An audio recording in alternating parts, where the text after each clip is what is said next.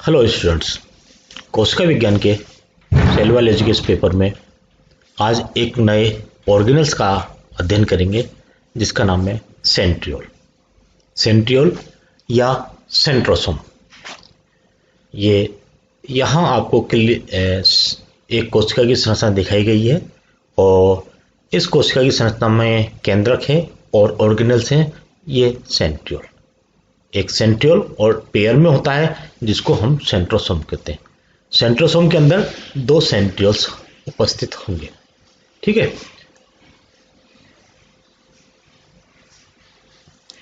Centriole is a cytoplasmic organelles.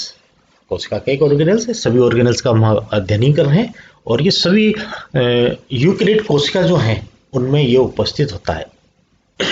हालांकि mammals की RBC में ये अनुपस्थित होता है, लेकिन मोस्टली सभी यूकैरियोट कोशिकाओं में उपस्थित होता है। ये एक यूनिट मेम्ब्रेन के अंदर झिल्ली विहीन होता है। Centriole lack limiting membrane and DNA and RNA और form spindle of microtubule during cell division. इसका प्रमुख काम है सेल डिवीजन के वक्त माइक्रोट्यूबुल्स या स्पिंडल फाइबर्स बनाना और दोनों सेल डिवीजन में मदद करना। Centriole form basal body which give rise to axonemes of cilia and flagella. Cilia और फ्लैजेला में जो वेसल बॉडी बनती है उसका निर्माण भी सेंट्रियोल्स करता है। ठीक है। एक्सोनिम्स ऑफ सिलिया और फ्लैजेला के जो एक्सोनिम्स हैं वो सेंट्रियोल्स के द्वारा बनते हैं। ये सेंट्रियोल से दो राइट एंगल पे उपस्थित होकर दोनों को मिलाकर सेंट्रोसोम्स कह रहे हैं। In eukaryotic cell centriole are present in pair. Eukaryotic cells में जोड़े में होता है और जिसको हम सेंट्रोसोम्स कहते हैं। Each centrioles lie at right angle to each other. समकोण पे उपस्थित होते हैं एक दूसरे के समकोण पे और सराउंडेड बाई एमोर्फस पेरीसेंट्रियोल मटेरियल से सराउंडेड होते हैं और सेल डुप्लीकेटिंग होते हैं। सेल डिवीजन की एस फेज में ये स्वयं अपने आप को डबल करते हैं, द्विगुणन करते हैं, डुप्लीकेशन करते हैं। Cell duplicate during S phase of cell cycle. Structure the length of the centriole is about 3000 to 5000 angstrom. इतनी इनकी लेंथ होती है और and diameter is about 1500 to 1800 angstrom. Centriole is made up of lipid and protein. Lipid और protein के बने हुए, इनके साथ साथ इसमें कार्बोहाइड्रेट भी होता है। और ये centriole is set of microtubules. Microtubules का एक सेट है और माइक्रोट्यूबुल से बने हुए हैं। Made up of mainly tubulin protein. जो इसमें माइक्रोट्यूबुल्स में जो प्रोटीन मिलती है उसको कहते हैं ट्यूबुलिन प्रोटीन और ये ट्यूबुलिन प्रोटीन अल्फा ट्यूबुलिन और बीटा ट्यूबुलिन के रूप में होती है। ये डायग्राम में ये माइक्रोट्यूबुल्स दिखाए गए जो कि पूरे एक सेंट्रियोल्स की संरचना बना रहे हैं। That is a microtubules. ये डिफरेंट टाइप्स के माइक्रोट्यूब्स है और इस माइक्रोट्यूबुल्स में ये क्रॉस सेक्शन देखा तो इस तरह से दिखाई देता है। ये होलो है और ये दो प्रकार के ट्यूबुलिन है, अल्फा ट्यूबुलिन और बीटा ट्यूबुलिन। अल्फा ट्यूबुलिन और बीटा ट्यूबुलिन से मिलकर एक स्ट्रक्चर बन रही है और ये पूरी स्ट्रक्चर रिपीटेड होते हुए माइक्रोट्यूबुल्स बनाती है। ये माइक्रोट्यूबुल्स जिस तरह से 9 है, 9 के रूप में जिस तरह से व्यवस्थित है,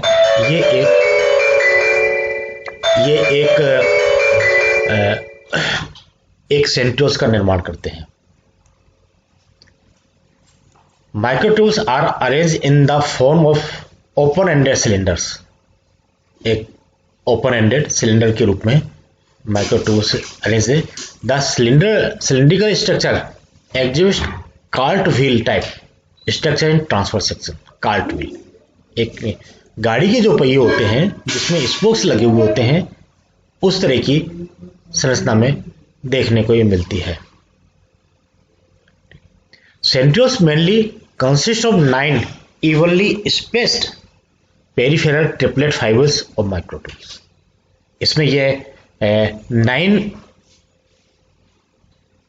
पेयर्स होते हैं। ये 9 संरचना होंगी और ये 9 ट्रिपलेट में होंगे। ये एक जोड़ा 9 में से एक जोड़ा ट्रिपलेट होगा, फिर ये होगा इस तरह के 9 जोड़े होंगे। ट्रिपलेट के 9 पार्ट होंगे। The 9 triplet microtubes are arranged in a pattern of 9+3 ये पैटर्न में ये जुड़े हुए होंगे।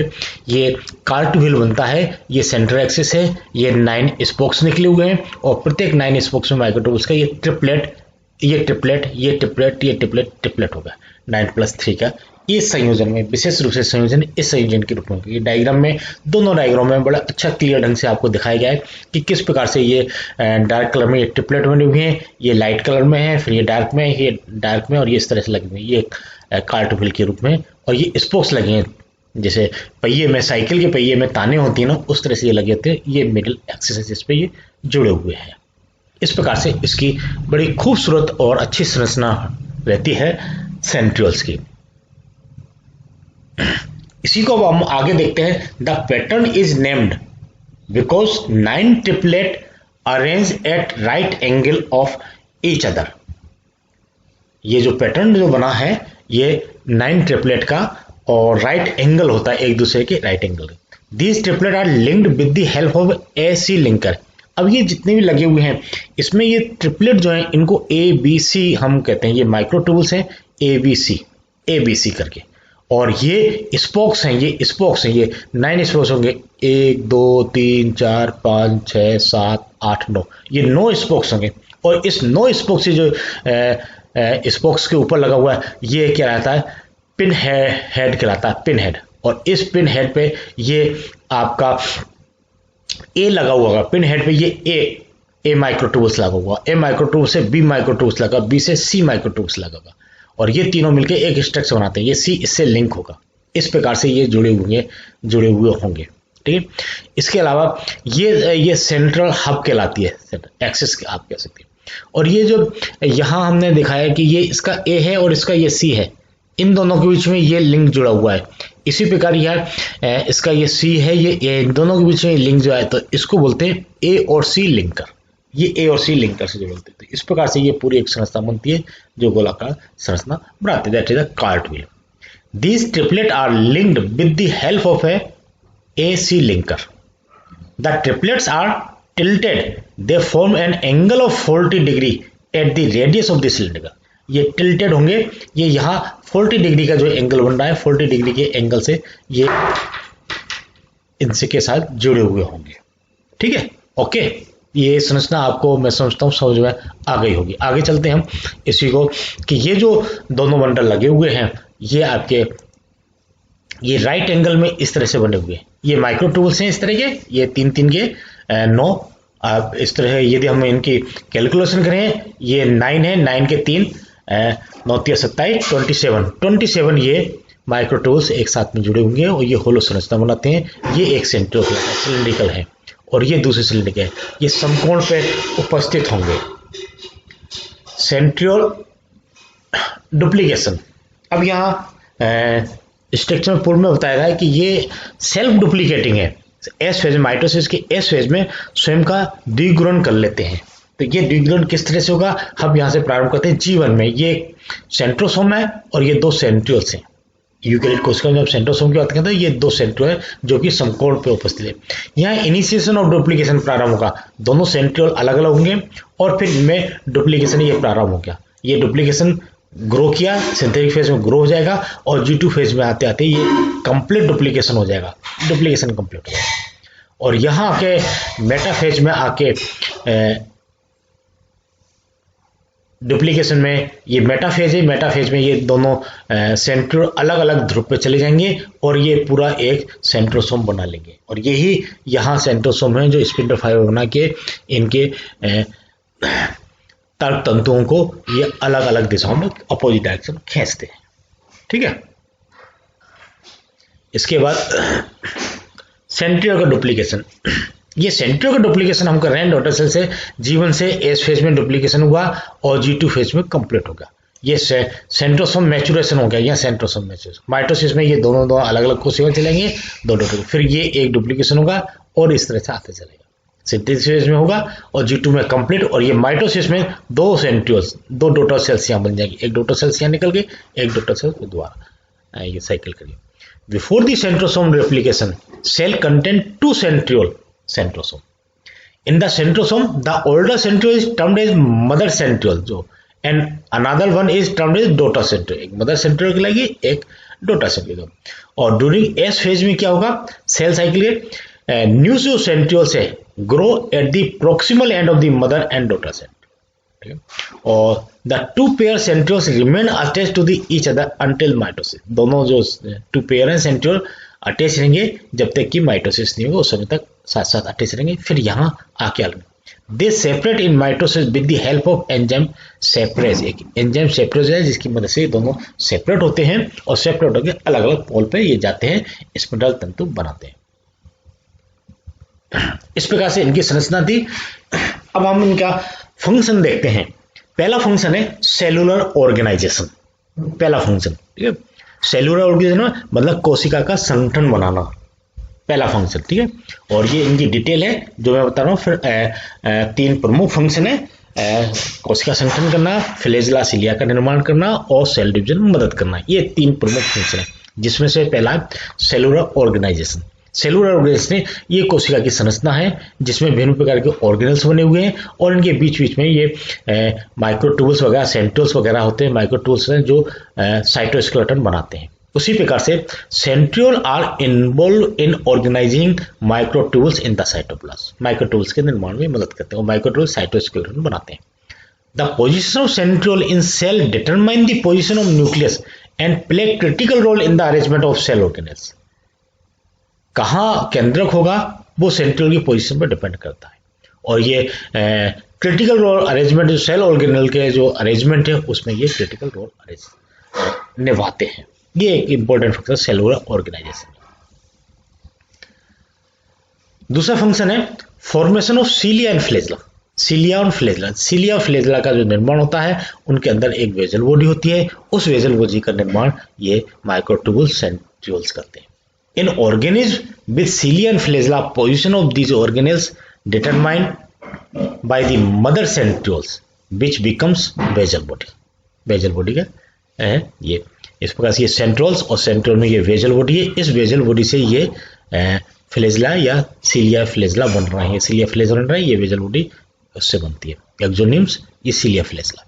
इसी प्रकार इस डायग्राम में ये माइक्रोट्यूबल्स हैं, ये माइक्रोट्यूबल्स मिलके जो सेंट्रियोल्स के, ये सेंट्रियोल कट सेक्शन देखेंगे, सेंट्रियोल्स के माइक्रोट्यूबल्स हैं, ये मिलके इसके वेजल बॉडी बनाएंगे, फिर यहाँ से ये फ्लैजेलम बनेगा जिसकी संरचना अलग हो सकती है और ये इस प्रकार सीलिया और फ्लैजेला की जो वेजल बॉडी बन रही है उनका फॉर्मेशन ये सेंट्रियोल्स के द्वारा हो रहा है। तीसरा और important function in cell division. यदि हम सेंट्रोसोम की बात करते हैं तो सबसे प्रमुख फंक्शन हमारा जो कॉमन जो फंक्शन है उसमें ये कहते हैं कि सेल डिवीजन में ये मदद करता है। दोनों सेंट्रियोल, दोनों पोलों पे जो स्पिंडल फाइबर्स बनते हैं वो सेंट्रियोल के द्वारा बनते हैं, ये एक प्रमुख फाइबर। लेकिन इसके अलावा सेलुलर ऑर्गेनाइजेशन और सीलिया फ्लैजेला में का निर्माण, ये दो फंक्शन भी सेंट्रियोल्स के हैं। तो तीसरा है इन सेल डिवीजन। सेल डिवीजन तो सेल डिवीजन है जो माइटोसिस और मियोसिस करके दो प्रकार के सेल डिवीजन जानते हैं। और माइटोसिस में ये प्रोफेज, मेटाफेज, एनाफेज, टीलोफेज है। यहाँ प्रोफेज, प्रोमेटाफेज, मेटाफेज, एनाफेज, टीलोफेज और साइटोकिनेसिस की। टीलोफेज में ये दो टोटल कोशिका बन गई, एनाफेज में डिवाइड होने लगी, मेटाफेज में ये क्रोमोसोम सेंटर में आ गई, ये हम पढ़ के आएंगे। तो ये जो डिवाइडेड है इनमें चारों फेज में किस प्रकार से सेंट्रियोल रोल अदा कर रहा है और ये यहाँ इस डायग्राम में दिखाया गया है। तो कुल मिलाकर नर्डन सेल में यह है कि सेंट्रोसोम जो है वो दोनों दो पोल्स पे जाके, और जब मेटाफेज में ये क्रोमोसोम से मेटाप्लेट बनाते हैं तो इनकी जो दोनों क्रोमेटिड्स को अलग अलग ले जाने का काम, बांधने का काम, और टीलोफेज में दो डॉटर सेल बनाने का काम ये सेंट्रियोल्स का है, सेंट्रोसोम्स का ही है, ये सेंट्रियोल्स का ही है। प्रोफेज में क्या होगा, ये प्रोफेज में न्यूक्लियर मेम्ब्रेन वगैरह डिसअपियर होने लगेगी, mitotic spindle beginning to form, mitotic spindle प्रारंभ में, ये न्यूक्लियर मेम्ब्रेन स्टार्ट डिसॉल्विंग हो जाएगी, और जो सेंट्रियोल्स है which is divided during S phase move to opposite end of the nucleus. ये इंपॉर्टेंट है कि प्रोफेज में ये अपोजिट एंड की ओर पहुंचते हैं, ये जाने लग जाते हैं। The mitotic spindle of threads appear, ये स्पिंडल फाइबर्स इनके बनने लग जाते हैं, ठीक है ना, ये बनने लगते हैं। That is in prophase phase में। मेटाफेज में क्या होगा कि इस मेटाफेज में ये स्पिंडल फाइबर कंप्लीट बन जाएंगे और ये न्यूक्लियर मेम्ब्रेन अपोजिट, तो centriole are at the opposite poles of each other, centriole pulls the chromosome to the centre of the cell, ये यहाँ इनको सेंटर में लेके आएंगे, पुल करेंगे, क्रोमोसोम से ये करेंगे और मेटाप्लेट बन जाएगी इनकी ये मेटाप्लेट बन जाएगी। इसके बाद एनाफेज में क्या होगा, ड्यूरिंग द एनाफेज ये मेटाप्लेट जो का निर्माण मेटाफेज में हो जाएगा, और एनाफेज में ये जो इनके क्रोमेटिड्स बने, इन क्रोमेटिड्स को अलग अलग, ये स्पिंडल फाइबर इस क्रोमेटिड्स को इधर खींचेगा, ये स्पिंडल फाइबर इस क्रोमेटिड्स को इधर खींचेगा। The spindle fibres centrosomes contract and they pull one sister chromatid towards opposite side, एक सिस्टर क्रोमेटिड से इधर आ जाएगी, एक सिस्टर क्रोमेटिड इधर आ जाएगी, ये एनाफेज की स्थिति में होगा।